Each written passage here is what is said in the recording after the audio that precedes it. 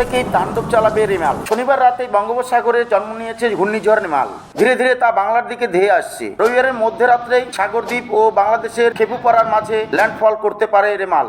ইতিপূর্বের দুর্যোগের আগে পরিবেশ বদলাতে শুরু করেছে। ভোর থেকে দক্ষিণবঙ্গের সুন্দরবন, কলকাতা, ২ পরগনা সহ একাধিক জেলাতে জমজমিয়ে শুরু হয়েছে বৃষ্টি। রেমালের প্রভাবে আজ দক্ষিণবঙ্গের জেলাগুলিতে ঝড় বৃষ্টি চলবে। ইতিমধ্যে কলকাতা সহ ৬ জেলায় লাল সতর্কতা জারি করেছে আবহাওয়া দপ্তর। আগামী ৫ ঘন্টার মধ্যেই অতি শক্তিশালী ঘূর্ণিঝড়ের পরিণত হবে রেমাল। আবহাওয়া দপ্তর রবিবার কলকাতা, হাওড়া, হুগলি, উত্তর ও দক্ষিণ ২৪ পরগনা, পূর্ব মেদিনীপুর জারি করেছে লাল সতর্কতা।